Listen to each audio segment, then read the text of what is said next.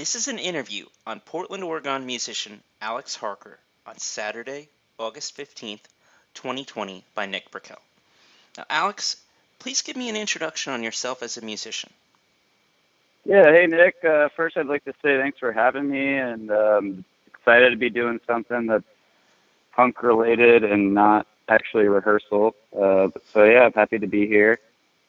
Alex Harker, Portland, Oregon, perverted alcoholic. I play in Law, Brain Deth, Antipsychotix, and occasionally Violent Party. Skateboarder. And that's about it for introduction. What is it like being a musician in Portland right now? Well, obviously it's weird, no gigs. So basically constantly writing, and the only thing we can really do is jam out and, try and get stuff together for whenever things actually come back together and we can hit the road and get back to normal. Whatever the fuck that is. You ever have anything like webcast concerts for people from your rehearsal space or anything like that? That's something we've been talking about. We've been considering doing that. It's just kind of hard to capture. So yeah, we're thinking about doing that. We actually just got a new rehearsal space, so now we actually have the time and space to do stuff like that. So yeah, we're thinking about doing something like that. Now, what is your practice routine like right now? Our practice routine is actually pretty regular. It's really the only thing any of us can do right now. I don't know. I practice probably 2 times with each of my bands. Right now, it's Antipsychotix and Brain Deth are the 2 ones that I've been practicing with. And we practice twice a week. We bring our skateboards, we order pizza, bring some beers. We look like, I don't know, probably Ninja Turtles to the other people there, but I see, cool. So yeah, that's our routine. Now, can you tell me about your band Radiation and what the Florida music scene was like compared to Portland? Yeah, Radiation. So Radiation was definitely one of my very formative bands. We started in 2010 back in Florida, and actually the music scene around that time in Florida was pretty amazing now that I think about it. We had a really cool DIY, anarchist collective space, and touring bands always coming through. But yeah, so Radiation started in 2010, and we did a few tours.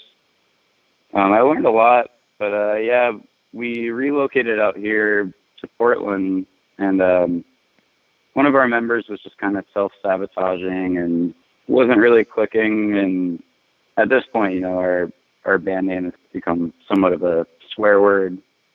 I don't know, we have kind of a bad name because our one member was pretty self-sabotaging. And but yeah, we disbanded in 2015 after a series of events, and yeah, we haven't spoken to the band member in question since, and we've just been doing Law, running the label, and kind of moving forward since then.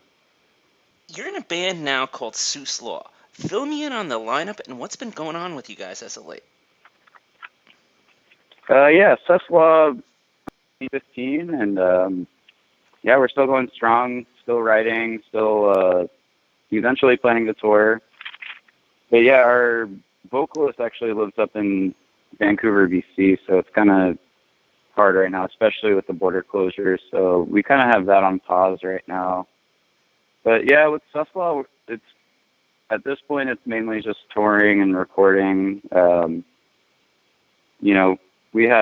We've been playing for 5 years, so we have a lot of material that we're still kind of working through, and just planning on keeping that going, and eventually, hopefully, getting the road and seeing what happens. Now, you put out a split 7 with the LA band Frantic. What were you most proud of when it came to the recording? So that recording is actually a pretty old one. So we had a bunch of lineup changes a couple of years ago, and we didn't really get much recording in, or like, we were writing the whole time, but yeah, we just were like working out new members and dealing with stuff from old members, and so we never really like got to release some of these recordings that we did a couple of years ago, like shortly following when we recorded our LP. So yeah, we kind of stumbled back upon them and realized that we still had something there, and got our friend Grady to mix them and master them down, and yeah, we were actually pretty happy with the outcome. My favorite part about that recording, I'd say, is just the production in general. We actually got to record with Evan Mursky, who is definitely like one of my favorite people we've worked with as far as recording engineers go. So he did like a really good job of like making it sound terrible and shitty like we wanted, but also good enough to like be palatable, you know. So it's like a really fine line between just like good shitty like sound and just like total shit sound. So he actually like helped us find that sound, and you know, we've kind of been working on it ever since. Yeah, he's actually pretty hard to schedule, so we haven't gotten to have any sessions with him recently, but yeah, we hope to work with him again for sure. Now tell me about the recording of the split with Sow Threat. Oh man, that's a whole story in itself, honestly. Shit, I could probably write a book on that whole recording process, because we actually recorded it here in my basement where I'm actually recording this right now. And we got my roommate, who's a few years older than us, you know, he's, I don't know, probably early 40s. I was playing in a band with him at the time, and, you know, we got on fine. And so he's a bit of a drinker, and he's got a bit of like an anger thing. So the whole recording process was just him like kind of pressuring us to get these takes done so he could like go up and smoke a cigarette, or, you know, like, I don't know, I think literally every single person involved in that recording at one point wanted to like give him a little lick in the chin, because yeah, he got pretty mouthy, and yeah, I don't know, I don't think our friendship was ever the same. I still live with the guy, actually. We no longer play music together for obvious reasons, but yeah, the whole recording process was interesting. It was all digitally recorded. We recorded like a bass scratch track with the drums, just as you normally would, and then layered on guitar and vocals. We actually had our friends from Violent Party come in and like help us layer over some noise tracks too, which we got some pretty interesting sounds with, and we were pretty happy with that. And you know, it was a struggle the entire time through, but overall, I think it was one of my favorite recordings that we've done, as much of the shit that we had to go through, like getting it done. Also, recording vocals, we bust Cordy down here to do the vocals, and my roommate had his microphone set up all crazy and like tangled up, and Cordy was doing his thing recording vocals and accidentally like knocked his setup over and broke some of his equipment. So for months after, he was even like demanding money from us. Eventually I just actually gave him money for the piece of equipment because it worked. So he gave me the piece of equipment, and I still use it today. It was an interesting experience, but yeah, big thanks to Zach and Violent Party for coming in, helping us with the noise, and everyone had a pretty funny experience going through that. We're happy we got it done. We had a pretty tight deadline. We were going on tour with Sow Threat in the summer, so we had like, you know, a week or so to spare with this recording, and our actual studio like flaked out on us, and yeah, it was was a whole trial and error thing, but eventually we got something to work, and here we are now, and we got the tape done, and we did a re-release after the tour, and that sold out pretty quickly. And yeah, our next plan is to put that out on a LP. Hopefully get those floating around soon. When it came to the recording of those two releases, did you use any interesting recording techniques? For the split, we were actually recording all analog. That kind of gave it more of like a 80s, like raw kind of feel to it. And yeah, we ideally like to record that way. But yeah, at that point it was pretty early on, and we were probably only a band for like 2 years, 2.5 years at that point. So like we were still kind of like experimenting with our sound and figuring out what we wanted to do. I feel like now if we got back in there and kind of integrated some of the techniques we've used in a few of our other recordings, we might get some pretty cool outcomes. And yeah, that's what we're aiming to do. Now, you have a new band now called Brain Deth and are laying down scratch tracks for it right now. What's the plan with this, and how long has this album been in formation for? So Brain Death was originally just going to be like a basement project idea that I came up with probably, about a year ago. Recently unemployed, had a lot of time downstairs in the basement, full back line to play with. So, I was just messing around with riffs, doing kind of sore throat worship, like trying to get like 100 songs within 10 minutes kind of thing, and just kind of all over the place. I can't play drums, so I was recording some really, really bad drum tracks and jamming with Susslaw later, and Gerard came over and was like, oh yeah, kind of try and put that together. And, it sounded just totally chaotic at first, but then with everything on hold with Susslaw, we kind of integrated some of those ideas into what we were doing. And yeah, we got some pretty cohesive and like, I don't know, maybe some of our best material I think we've written. It's definitely up the alley of Susslaw, and same kind of, not structure, but same kind of, what's the word I'm looking for? Same kind of like attitude and energy as Susslaw, and a lot of the same formulas in the riffs. I feel like we kind of took the structure to a different level and kind of strayed away from like the classic punk formula that we were doing, and just kind of like stopped repeating riffs and not really like going heavy on the choruses or anything, just kind of like just moving on one song at a time.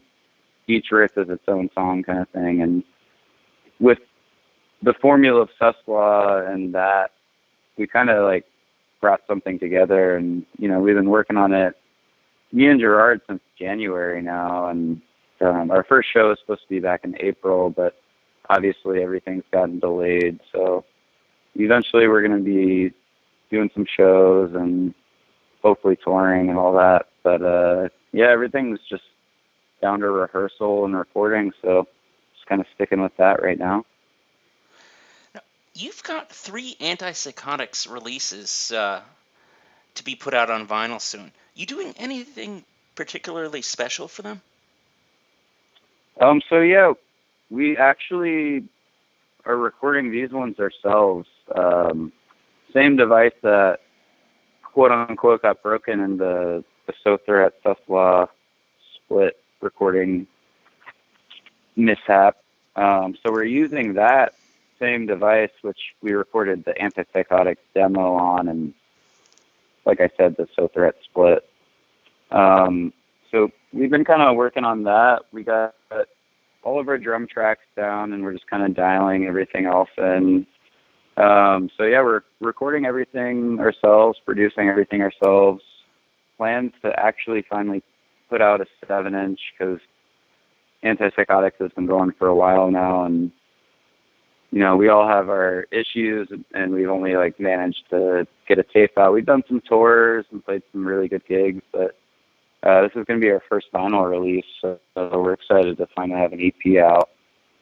And then we have 2 exciting splits, 2 that we're currently recording for. So we have a total of 10 tracks, 6 for the EP and 2 for each split. A little bit different vein than Sus Law. It's not minute-long songs, so they're a little bit longer and inspired by, like 80s anarcho UK kind of stuff. And yeah, so we're doing a split with No Class from Vancouver, BC. We play a really awesome, noisy pogo punk. And then we actually just confirmed that we're going to be doing another split 7-inch with Further Charges from Moscow, Russia. And yeah, they're one of my favorite current bands right now, so definitely check them out. Tell me about the formation of Extreme Headache Records. Sus Law put out our first tape about 5 years ago now, almost on the day. We weren't really a record label back then. We put it out under the name Savage Noise Association. And we kind of had in our head that we were going to start, Sus Law Records inspired by, like, Disorder Records or, like, other bands that formed their own record labels, whether or not they had, backing by other record labels or not. I mean, we definitely didn't.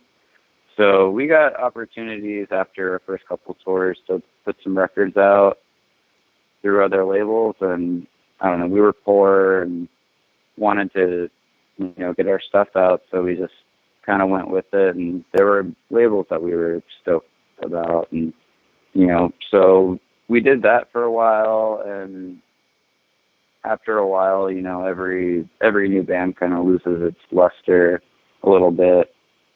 And we weren't getting really any offers or anything, so we kind of just started pulling our merch money from tours and whatever we could out of our pockets, and we eventually saved up to put out an LP. And from there, yeah, we've kind of just been working slowly, but definitely surely. Right now we have the LP, the Antipsychotix demo, the Zine Disorder, Sus Law, Phosgene compilation 7-inch, which is insane mix of bands to have together on a split, but we definitely figured out a way to make it happen. After that, we have the Frantic and Sus Law 7-inch that just recently came out, so we just kind of been trying to get these last 2 vinyl releases out, and, without being able to tour and everything, we're just kind of changing our whole way of thinking about things, having to transition to online sales. And yeah, it's something we've never really done before because we've always relied on having these summer and winter trips like the East or West Coast and playing a string of 15, 20 gigs and being able to get rid of them. But yeah, we've been getting into the curve of selling things online and getting stronger into social media and trying to figure all that out. And it's a whole new world, but we're definitely figuring it out and doing what we can to stay afloat. Now, you have your own zine. Fill me in on what type of stuff you write about, your contributors, as well as favorite articles in it. The zine was actually just supposed to be like a monthly publication we were planning on doing, and so I wouldn't even really call it a zine exactly. We just we made a little care package with hand screen printed envelopes. We just stuffed it with stuff our friends wrote and stuff that we were interested in, scene reviews, anything that we could think of that our friends were involved in, and just put it all in a package with the Sow Threat split as well as the Antipsychotix demo re-release that we put out specifically for this. And yeah, so we got that out, and yeah, it was a fun project. We kind of lost steam on it a little bit for one reason or another, but we're definitely planning on getting back into that and trying to get some material together. What's the name of it, by the way? We actually didn't have a name of it. it was just going to be a monthly like newsletter kind of thing. My initial idea was like a small newspaper, but with supplies and funding and stuff, we just had what we had, and it ended up being like a cool little care package with tapes, cartoons, like all kinds of stuff. But yeah, we're gonna get back into that eventually.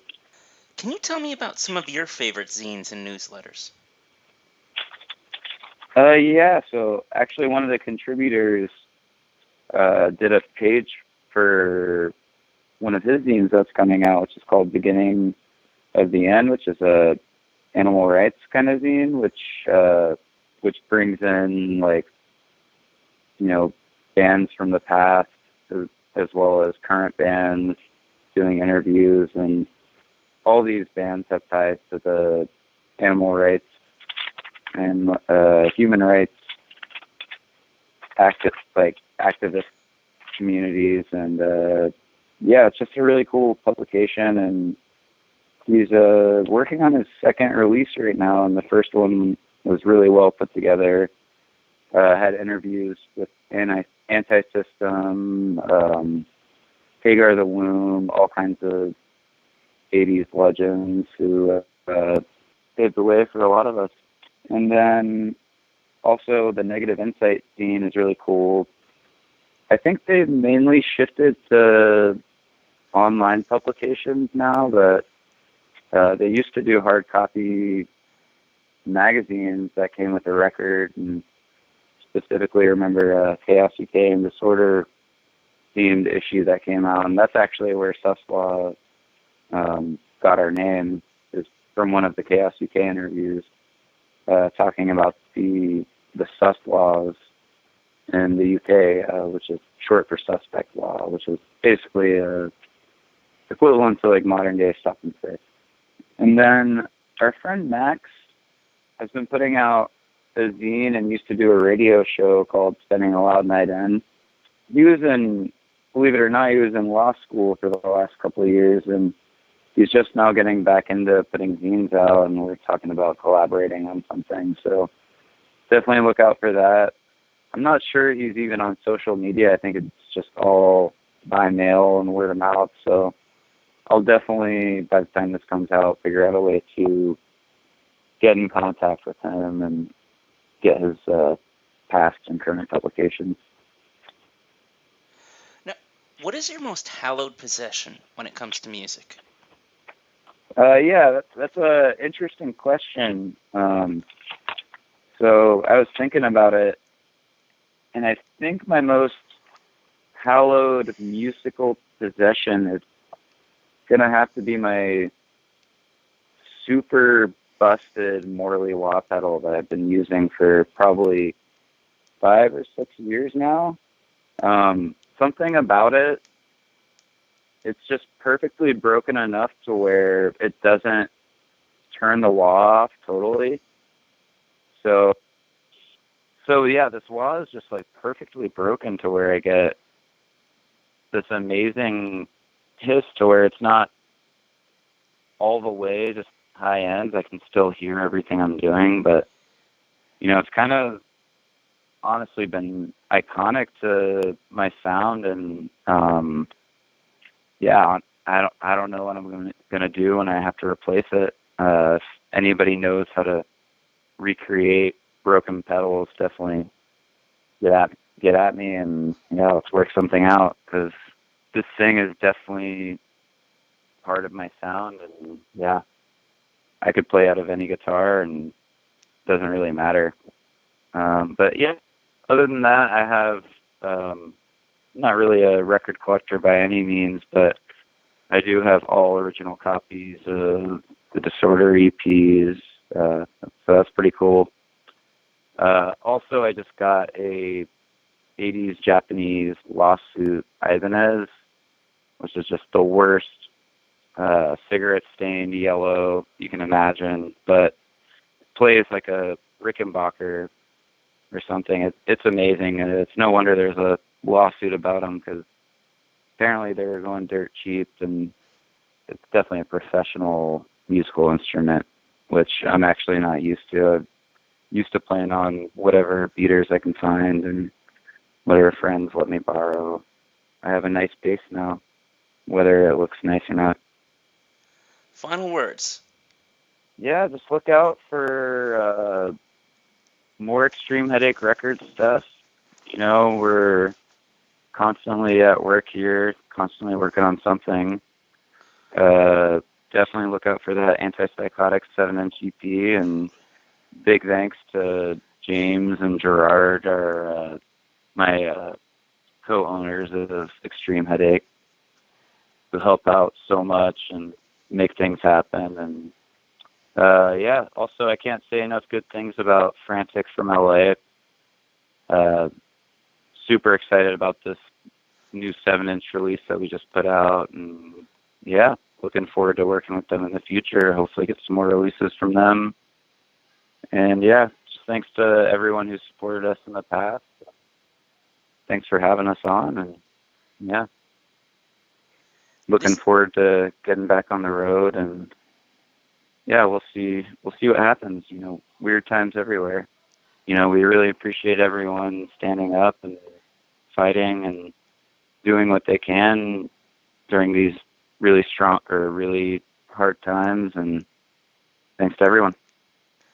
this has been an interview on August 15th, 2020 with Alex Harker by Nick Brickell. Hey, this is Alex from Extreme Headache Records, Sus Law, Antipsychotix, and Brain Death. You are listening to Japan Nick's Rock and Metal Pandemonium. Bingo.